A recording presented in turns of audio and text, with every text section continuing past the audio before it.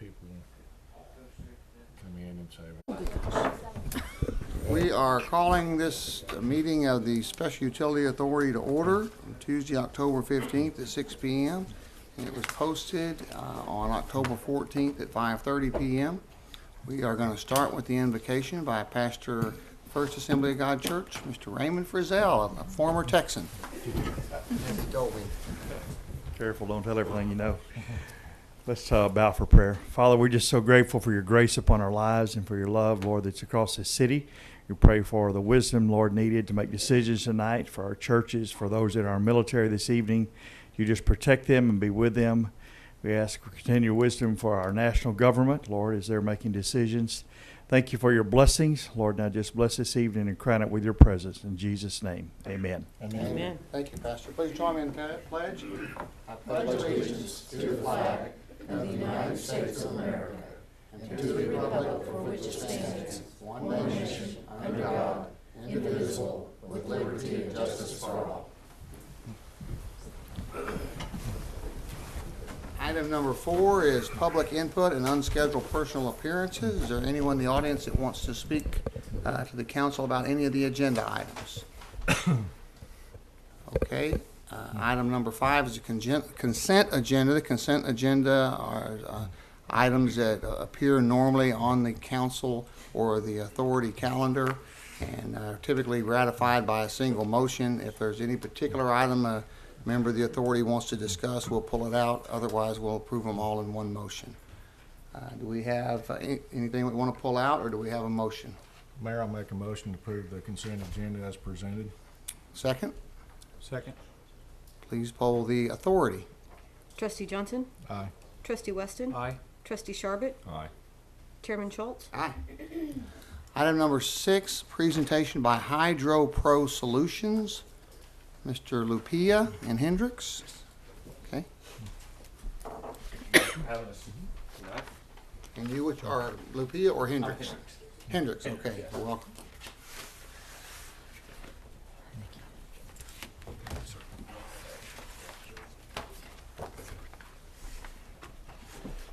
And for the benefit of the audience and our viewers, can you give us a brief background on what this topic is? Yes, this topic is discussing the project that the City of Miami is looking at for fiber optics in conjunction with an automated meter reading project for both water and electric. Okay.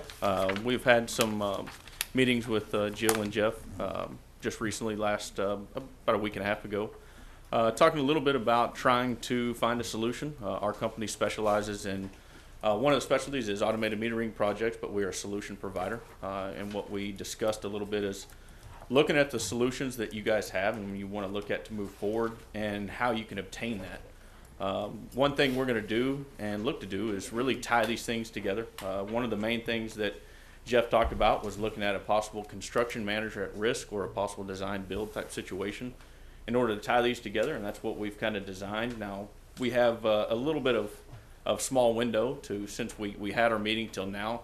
What I have developed for you there is one of the things when you do a meter project, there's benefits to doing that. Meters slow down in time, and not as much of the electrical side, but there are mechanical parts in a water meter that slow down. So one of the things we want to show is what's the benefit by doing this. So when you say slow down, you mean they misread over time? Okay. Yes. And so what I did is I ran a study based off a questionnaire provided by your city.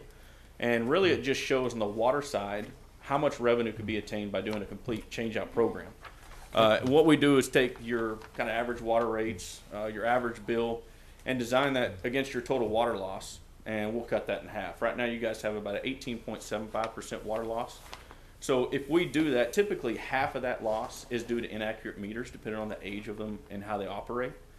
So instead of coming in and doing a complete meter change out and testing the meters, which is a very costly issue to do, we came in and just based it off your total water loss, cut that in half, and based on coming in and doing a 10% increase off the revenue. And that's kind of what the study you see there. Also, you have manpower savings time by doing a implemented project. As far as a fixed network, you will be reading everything now from your office, which will save a lot of man time. Right now, you contract your reads out for 49 cents a read on both the water and electric. By doing a contract, you can actually eliminate that because it will be handled in-house. So you can take all the revenue that was for that and put it towards the project. What you can look at here is solely based on the Now, water are you saving side. making that statement based on the fact that there would be fiber also for the electric Correct. read? Okay. Yeah, what we're looking at is running the entire fibers to handle all the data backhaul. Everything would be tied in together. Okay. The fiber, the meter project, and all that. And the biggest thing is running that entire solution under one house, under one contract, instead of having a bunch of subs doing a bunch of different projects. I think that was the goal that we discussed in our meeting. And that's kind of what we offered. The only thing that I can get as far as building revenue is on the water side. I think fiber, everybody knows what you can obtain by that. There's not really a gain by doing it. It's just what the city wants to do with the fiber. The only thing that's a variable is the water, and changing that and trying to increase that revenue. Even electric meters, actually, they don't slow down. They're just a meter's going to last 25 years. So why I ran this study is to put this revenue gain to the total project that you're looking at, and then tie it in with the fibers. Right now, it's what we would do would be looking at a tax-free municipal lease and run that through a customer management at risk program, which would basically, the legislation shows it guarantees we would come in, give the city a price of what the entire project would be, and we cannot exceed that. If that is exceeded, that is out of our pocket.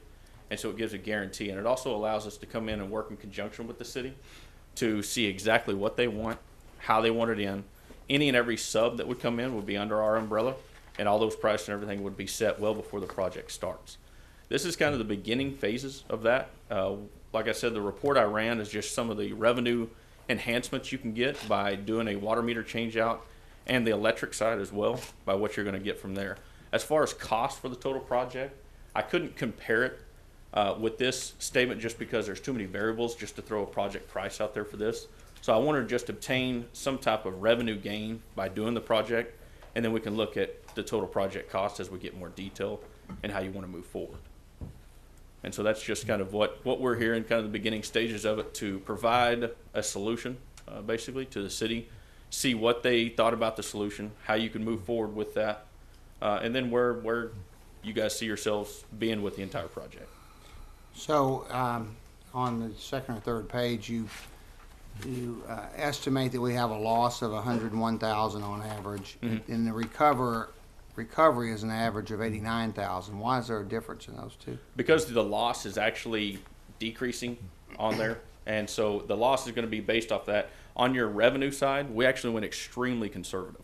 Okay. So there's actually going to be like your, as far as your total average bill, it showed to be $18 per bill, which that's probably a little bit lower than what the entire average is, but we want to stay conservative because we're not pulling actual meters out of the ground. I can't give you a study that says you're going to increase X amount, because if that doesn't, that entitles me to come back and somebody's not going to be real happy Okay. that we do that. So that's why there's that difference. We went extremely conservative on that route. Okay. And if you see it, it breaks down as far as what you're doing. As far as the water loss, with a 10% loss, it doesn't sound like a lot coming through the meters, but based on your total usage, it would be about 62.4 million gallons a year if you continue to operate at that capacity. So that's what would be the goal, is to obtain that 62 million gallons of water. And what you see is based over a 20-year aspect. That's because that's the warranty of the radio and the warranty of the accuracy of the meter. We guarantee the accuracy of our meters to last for 20 years. And then the radios are also a 20-year warranty. So we base the life of the system off that, and that's how we gauge the numbers. The radio is the receiver in the office. receiver. Is that? Yes, sir. When you say warranty, is that labor included? All No, the parts? no. Usually that's just parts for the batteries of the only thing you have in the pit would be the battery to operate the electronics of the meter sending the signal, and so there would be a 20-year warranty on that. 10-year full, 10-year prorated is basically the manufacturer standard warranty across the board.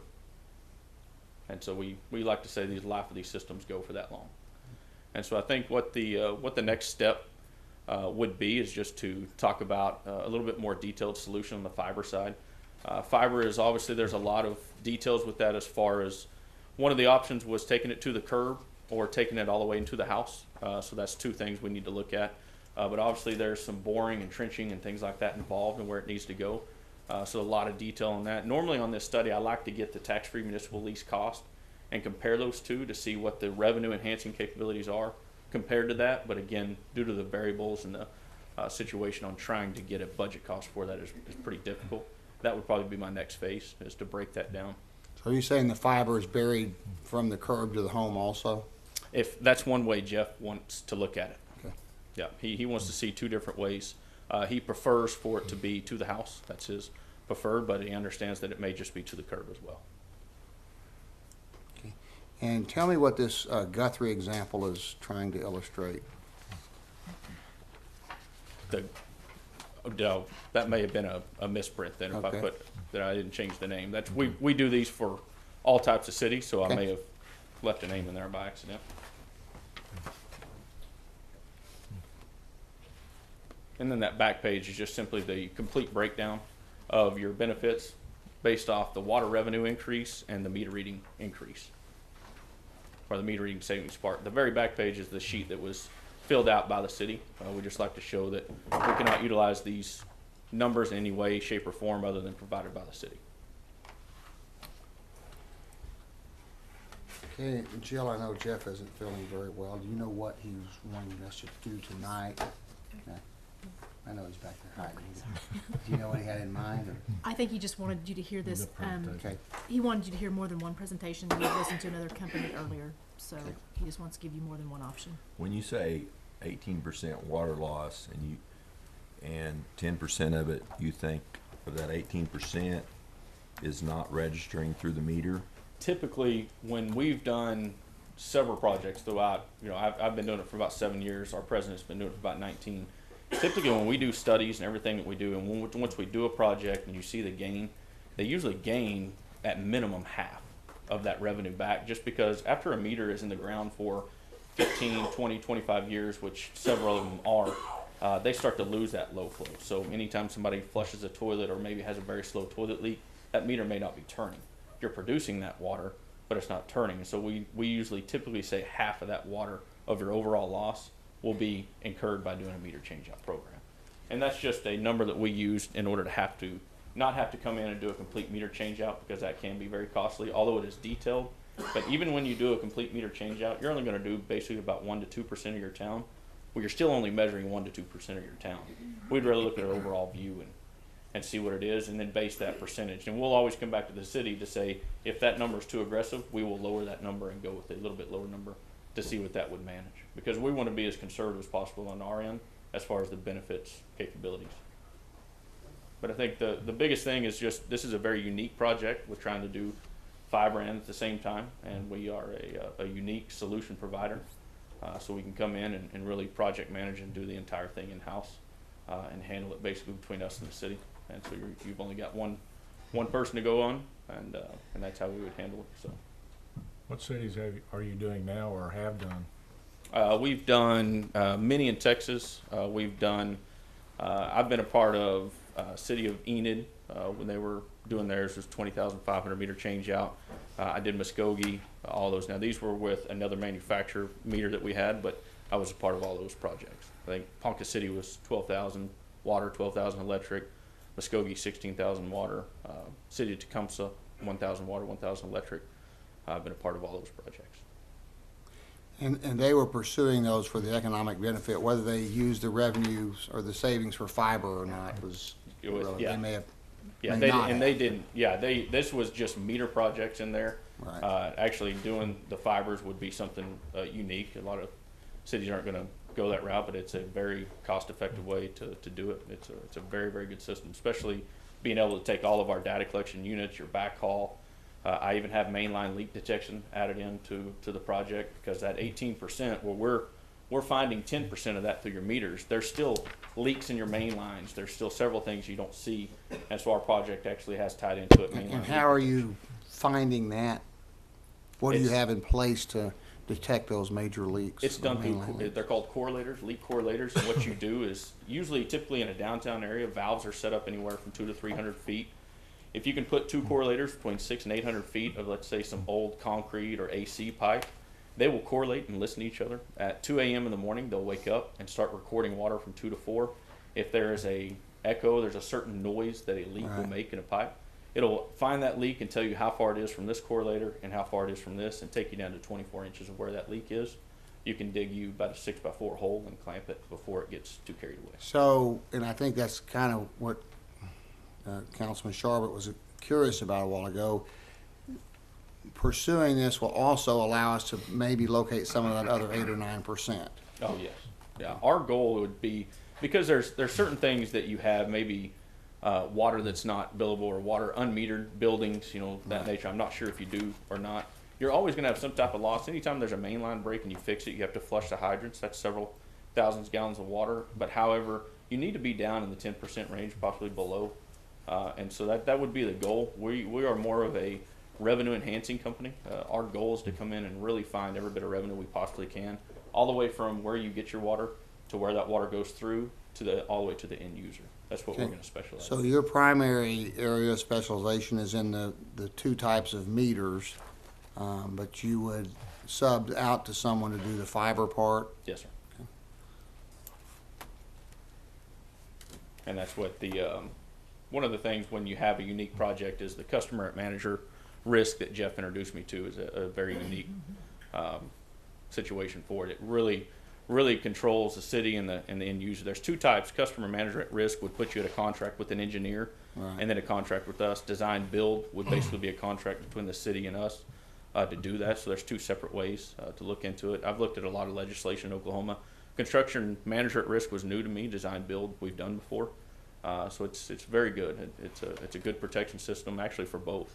Yeah, It's a very good system. So It's working very well for us right now in the one particular area we're using it. Neil, did you have any more questions? No, sir. Doug? Nothing, sir. You're kind of our utility expert here.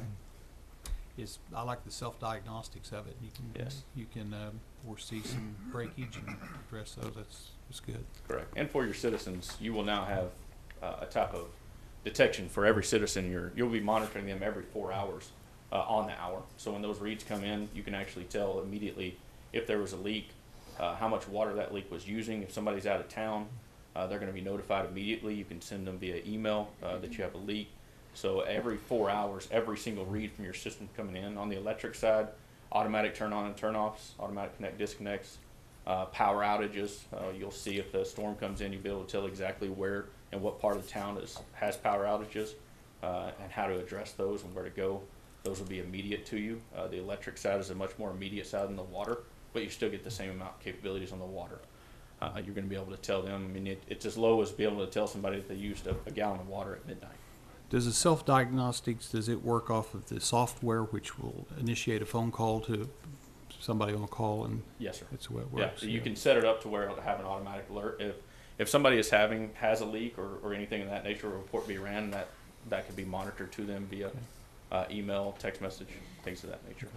It's really and why we add in the mainline leak detection is because the meters are just one aspect of it. You need to protect your entire town before that water bursts, especially in the downtown area.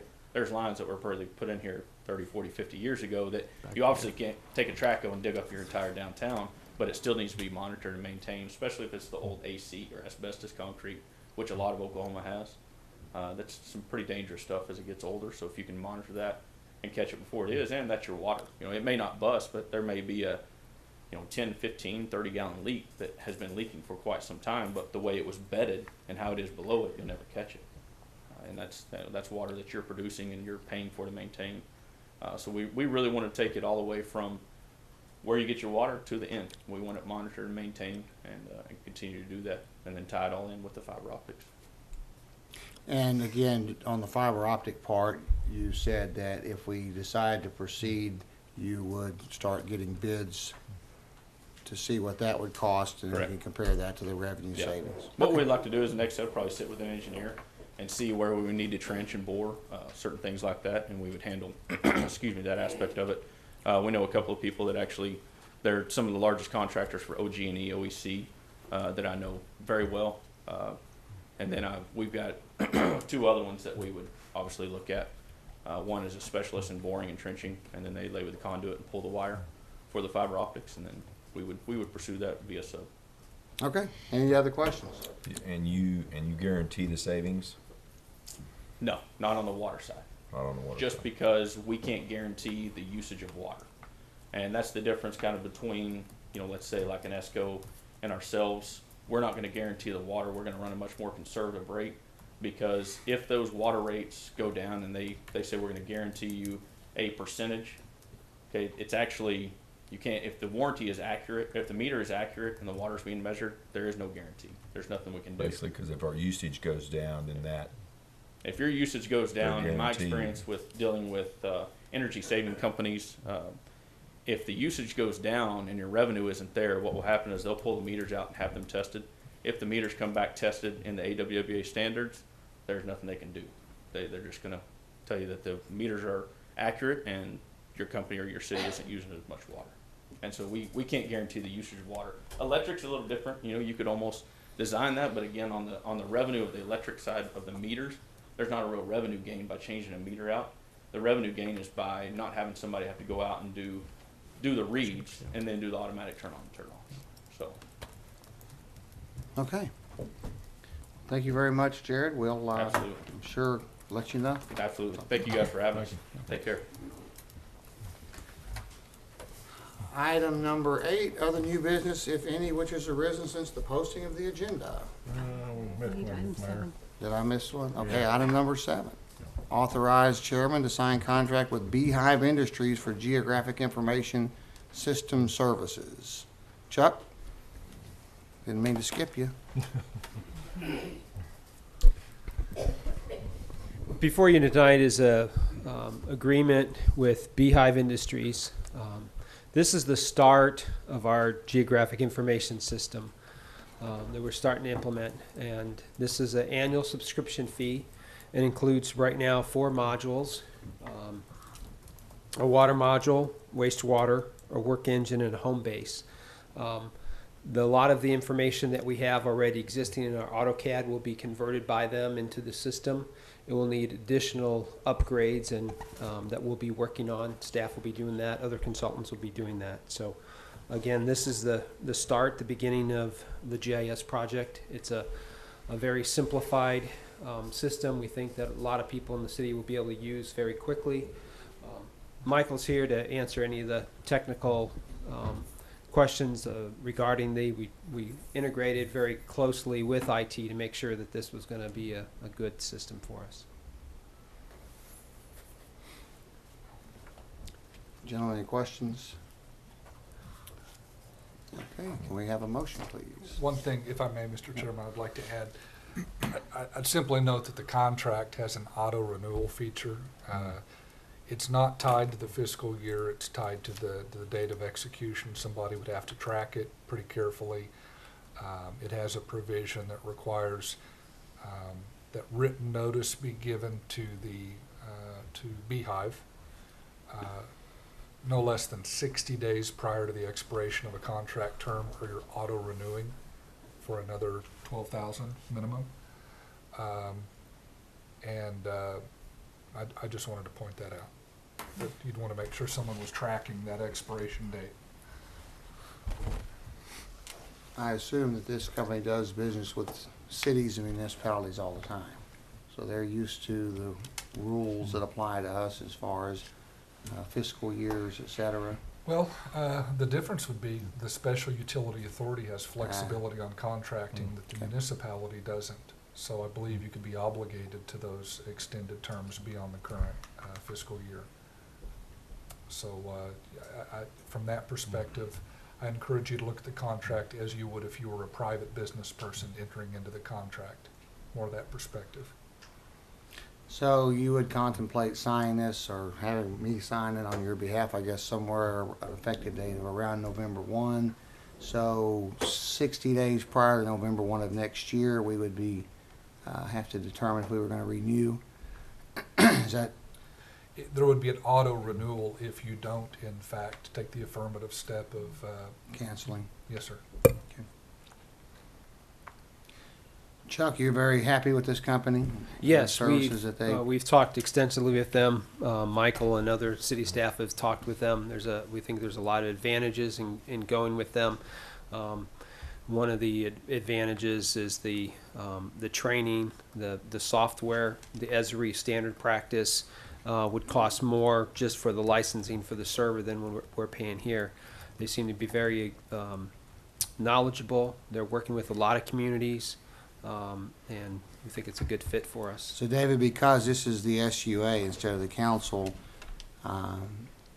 in theory, this could never come before us again and just continue to perpetuate itself. Is that Yes, sir. correct? Okay.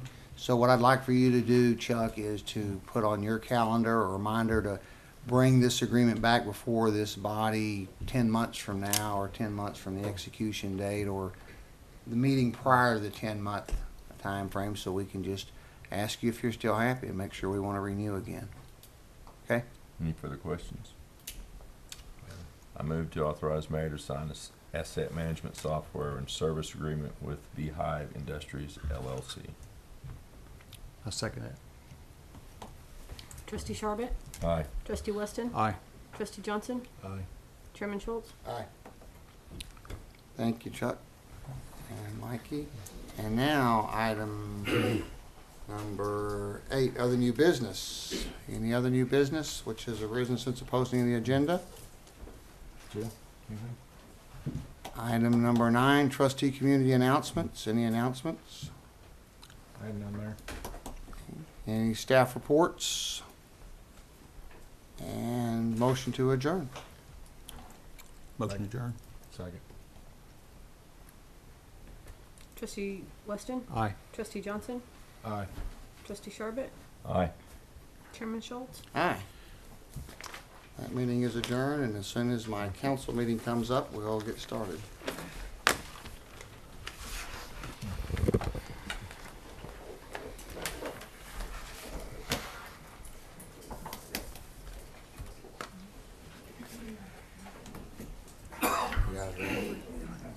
Okay, we're going to call to order the regular meeting of the Miami City Council for Tuesday, October 15th at 6:27 p.m., posted on the 14th at 5:30. Item number 2 on the agenda is citizens' input and unscheduled personal appearances. Are there anyone in the audience that wants to come before the council on any agenda items? Okay, there being none. Item number 3, approve mayor's nomination of Councilmember Neil Johnson to serve as mayor pro tem. As you recall, I was mayor pro tem up until Mayor Kitcher passed away, and now that office is vacant. And I've asked Neil if he would be willing to serve in that position, and he's agreed to do so. So that is my nomination, and I would ask for your gentlemen's consideration of it. Motion to approve. Second. Councilmember Sharbit, Aye. Councilmember Weston, Aye. Councilmember Yeah. Johnson. Aye. And then I don't vote on it. Mayor, thank you for your nomination and my Congratulations. fellow council members' support. Appreciate it. Thank you. And item number 4, consent agenda. Items on the consent agenda are ordinary items that appear on a regular basis for approval by the council. They're approved by one motion unless there's a particular item that a council member would like to discuss. So if there's, I need to know any particular items you gentlemen want to discuss. If not, may we have a motion, please? Mayor, I'll make a motion to approve the consent agenda as presented. Okay. Second. Councilmember Johnson, Aye. Councilmember Sharbit, Aye. Councilmember Weston, Aye. Mayor Schultz. Aye. Item number 5, approve the mayor's nomination to reappoint Gary Crow to the Miami Convention and Visitors Bureau Board. Expires 11/2/15. I talked with Gary, and I know he does a good job on that board, and he's willing to continue. So I would offer his name for your consideration. Motion to approve. Second. Councilmember Sharbit, Aye. Councilmember Weston, Aye. Councilmember Johnson. Aye. Item number 6, the mayor's nomination to reappoint Ron Gilbert also to the CVB. Ron's also been on there for a very long time and done a very good job. I know Amanda really appreciates him, and I would offer his name for consideration for Mayor, I'll make a reappointment. motion to approve your nomination of Ron Gilbert to the Miami Convention Visitors Bureau. Board. Second. Councilmember Johnson, Aye. Councilmember Sharbit, Aye. Councilmember Weston. Aye. Thank you. Item number 7, authorize mayor to sign letter to Oklahoma Department of Commerce requesting grant extension and budget modification to 12989 CDBG grant for N Street Southwest project. Chuck and David? Go ahead. Oh, I'll start off and David can fill in. As part of the grant process, we received a grant to develop the homes out on N Street. Some of those, this community development block grant went into a lot of the infrastructure improvements out there. There's been different, after Larry's early retirement, there's been different interpretations of how many homes that we had to build out there. And what we're asking here is that we've built, the number of homes that we've built out there, we're asking them that we want to stop and not build any more homes out there. There was an initial idea was that there was going to be 20 homes out there. I know 2 of the lots have been built for detention purposes. There's 2 more vacant lots out there that would allow us to build out there. Again, there's been different interpretations from different people. We're asking them for an official closing. Let's please close this out. And then also part of this request, there was some leftover money in the grant, and that there's been since some homes have been built, some drainage, erosion problems that we want to take care of, and we're asking them that if we can transfer that money and use it for drainage. Grand Gateway has been very helpful. The city pays dues to Grand Gateway, but they seem to go above and beyond and do anything they can to help with application and administration of grant programs. They took a look at our files. They've helped organize our files. They've helped with the understanding of the documents in those files. Because when Mr. Eller left, he left with a lot of knowledge. And those of us who were left here when he left did not have that knowledge. And I simply want to take the opportunity to make you aware, if you weren't already aware, that Grand Gateway has been very, very helpful in this process. In fact, they drafted the first draft of the letter. We're asking for your permission for the mayor and city manager to sign and transmit to the Department of Commerce. They met with me and others last week to help refine that letter, and certainly like to answer any questions that you may have and give you my recommendation that you authorize that letter to issue. Do you gentlemen have any questions I about have the no project questions. or closing it out? No. Okay, then we just need a motion. Motion to approve. Second. Councilmember Sharbit, Aye. Councilmember Weston, Aye. Councilmember Johnson, Aye. Mayor Schultz. Aye. Thank you, Chuck. Item number 8, 6:15 p.m. We're there. Public hearing, Glenn and Anna Edwards petition for an ordinance rezoning 502, 506, and 528 East BJ Tunnel Boulevard from M2 to RS6 and C5 to a planned unit development. And this is, I guess, the opening of the public hearing. Is that correct? Yes, sir. I'm using that. Okay. So, given it's a public hearing, David, I presume, I know Travis is listed here. Does that mean that anybody who wants to can come up and speak on the matter? Yes, sir. Okay. But I guess we'll start with Travis or whomever. It may be beneficial if you simply wanted to let Travis or Mr. Jackson Or Mr. Smith. Okay. or all the above. Oh, you already did. What Mr. Glenn is proposing is his lot on BJ Tunnel, East BJ Tunnel. It's 528, I believe is that house address. Yes. There's 3 different zonings on it. A residential, single family, commercial, and industrial. There's a cell tower in the industrial zoning, his personal residence, and the rainbow embroidery commercial building. What he's proposing is, Can I just, this is Mr. Glenn's house?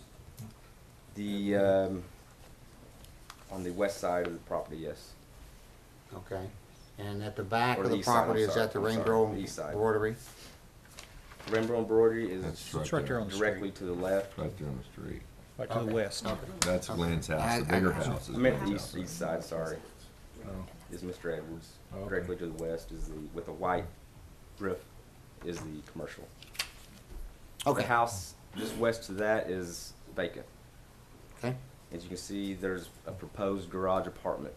Now with that, they would have to rezone multifamily. So what a planned unit development does, it basically brings everything together.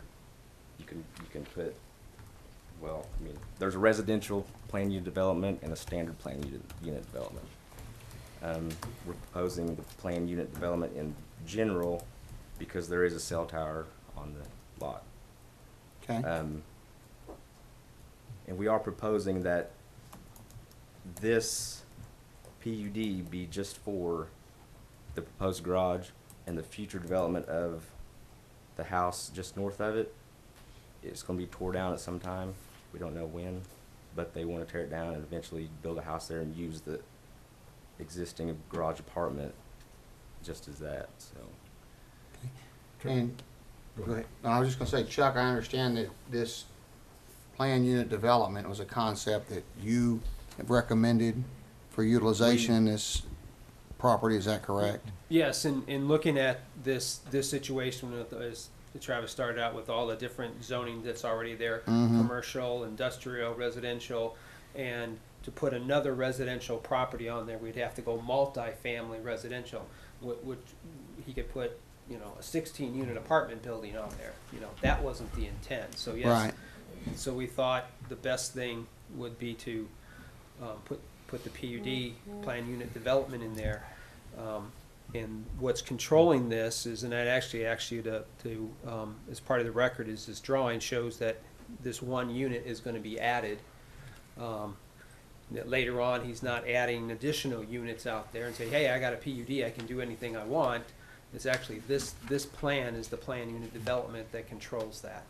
And later on, when he takes down that structure, the intent of that, right now there's 3 residential structures out there.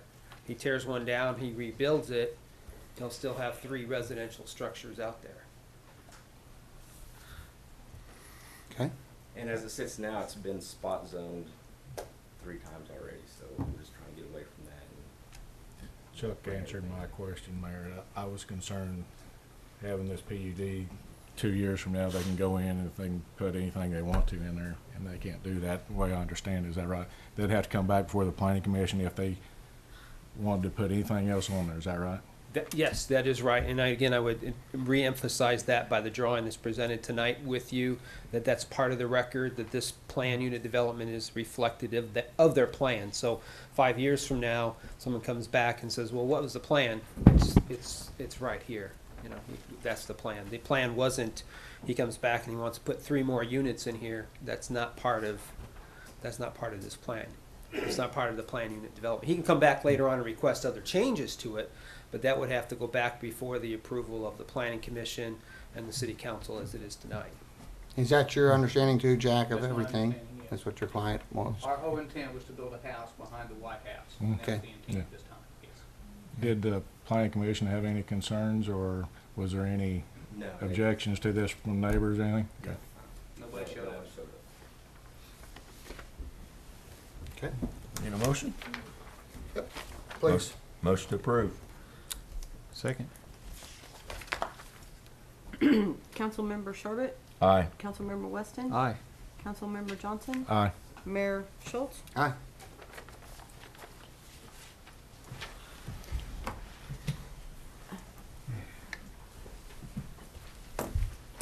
I would, I think there may, I don't know if there's a request for an emergency clause on this one. Mr. Smith, Yes. do you have a request, are you asking for an We have emergency put it clause? on the ordinance, yes. That's certainly up to the council. Sometimes folks complete their zoning and they want to get with construction as quickly as possible.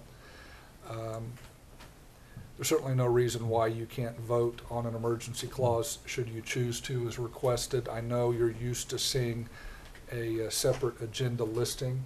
It's actually not required. We do that just to make sure that we address the issue or don't forget to ask, and also to make sure it's a separate vote as required by statute. But you may certainly take up the issue of an emergency clause if you choose. Otherwise, the ordinance would go into effect within 30 days. Do we plan on doing anything in 30 days or the possibility? Yes. That's the And- intent. And you're saying that as part of the ordinance as you drafted it, the clause is already on there? So technically, we've already approved it. Well, That's a no. question. State statute does require that you separately Separate vote vote. Okay. on the effective date, particularly if it's going to be an emergency clause. So, gentlemen, Mr. Edwards would like to get started on this project. So do we have a motion for an emergency clause? Make a motion. Yeah, I'll second that. Councilmember Weston, Aye. Mayor Schultz, Aye. Councilmember Johnson, Aye. Councilmember Sharbit, Aye. All ayes, okay. The ordinance is passed. Item number 9, to be considered, and we'll pass that. Public hearing, East-West Properties petition for an ordinance rezoning 2227 East Steve Owens Boulevard from RS8 to C5. And I've got Travis listed again, but Dennis, Travis, Chuck, whoever.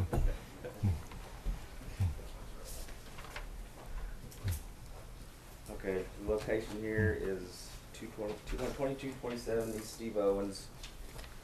I'm sure you're aware of the old Best Western restaurant, the Boomers Bar. Welch State Banks purchased those two buildings. They're going to tear them down and I believe put in a branch in that area. It's been zoned residential for years. We don't know why. So we're requesting that, or they're proposing that these rezone C5 so they There can. probably have been people living there for quite a while. Well, yeah, I'm sure there have been, but First, I would just like to thank Welch State Bank for doing something productive with that property. I don't know that you're gonna use all of it for whatever you contemplate, but I'm sure you're gonna make it look nice, and we But we- appreciate that. we have to get this zoned right so they can. Okay. And all And that. so is it the entire property? Yeah, that's fine. Okay, yeah, it's just the Boomer Restaurant portion there. The properties have actually been separated, and it's the East-West Properties, which is a solely owned subsidiary of Welch State Bank. Okay. Bought that property, and it's, obviously their intent is to develop it as a part of the banking operations. It's always been commercial in that area. I mean, the closest house that I can even think of is the old Lamb Rock House, and even it is used now for office Right. purposes and stuff, so I wouldn't think. The City Planning Commission had no problem about recommending it and everything else. Okay? You didn't have anybody objecting or, No one okay. showed up on this item. Okay, and again, just to be clear, it's just the part of that property that Boomers occupies? Yes. Okay, so I take some of my praise back. I thought it was the whole property. One thing at a time. Mayor, I'd make a motion to approve the rezoning. Second. Councilmember Johnson, Aye. Councilmember Sharbit, Aye. Councilmember Weston, Aye. Mayor Schultz. Aye. Mr. Watson, you need an emergency clause, is that in there too? Yes, it is. I'll make a motion to approve the emergency clause, Mayor. Okay, Second. Councilmember Johnson, Aye. Councilmember Sharbit, Aye. Councilmember Weston, Aye. Mayor Schultz. aye. Thank you. Item number 10, other new business, if any, which has arisen since the posting of the agenda. Jim, any new business? Item number 11, staff reports. The written reports are in your packet if available. Staff is present for questions. Any questions for staff? No, sir. Item number 12, mayor and council community announcements and signing of approved documents. Man, is there a movie this weekend? Friday night at 7:30 with a Coleman, $5 at the door. All right. And what is it? It's called You Can't Take It With You. It's a classic movie from 1938. We have a bus group coming in that requested a dinner and a movie. Awesome. And the owner of this bus company is also the chairman of the National Tour Association, so it's a very Huh. He asked and we said yes. All right. So go to a movie Friday. I'm taking my dad. He's 83 and he's looking forward to it. Item number 13 is going to be an executive session pursuant to 25 OS Section 307B for the purpose of discussing negotiation concerning employees and representative employees, and pursuant to OS Section 307B1 for discussion on the employment, hiring, appointment, promotion, demotion, disciplining, or resignation of any individual salaried public officer or employee. To wit, negotiations concerning employees and representative employee groups of the International Association of Firefighters, IAF Local Number 1969, and also discussion on the employment, hiring, appointment, promotion, demotion of Mr. George Harrelson, authorized under Title 25 OS Section 307B1. So do we have a motion, please? Looks at me. Motion. Mayor, I make a move to an executive session as authorized under Title 25 O.S. Section 307B2 for purpose of discussing negotiations concerning employees and representatives of employees, and pursuant to 25 O.S. Section 307B1 for discussion on the employment, hiring, appointment, promotion, demotion, disciplining, or resignation of any individual salaried public officer or employee.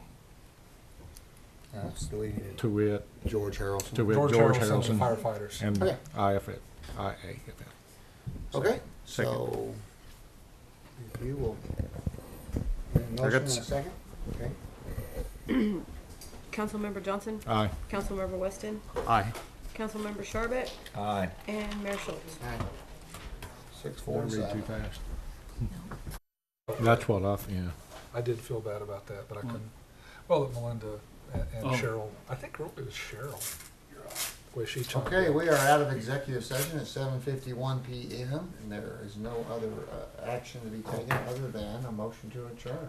Mayor, I make a motion to adjourn. Have a second, please. Second. Councilmember Johnson, Aye. Councilmember Weston, Aye. Councilmember Sharbit, Aye. Mayor Schultz. Aye. Thank you.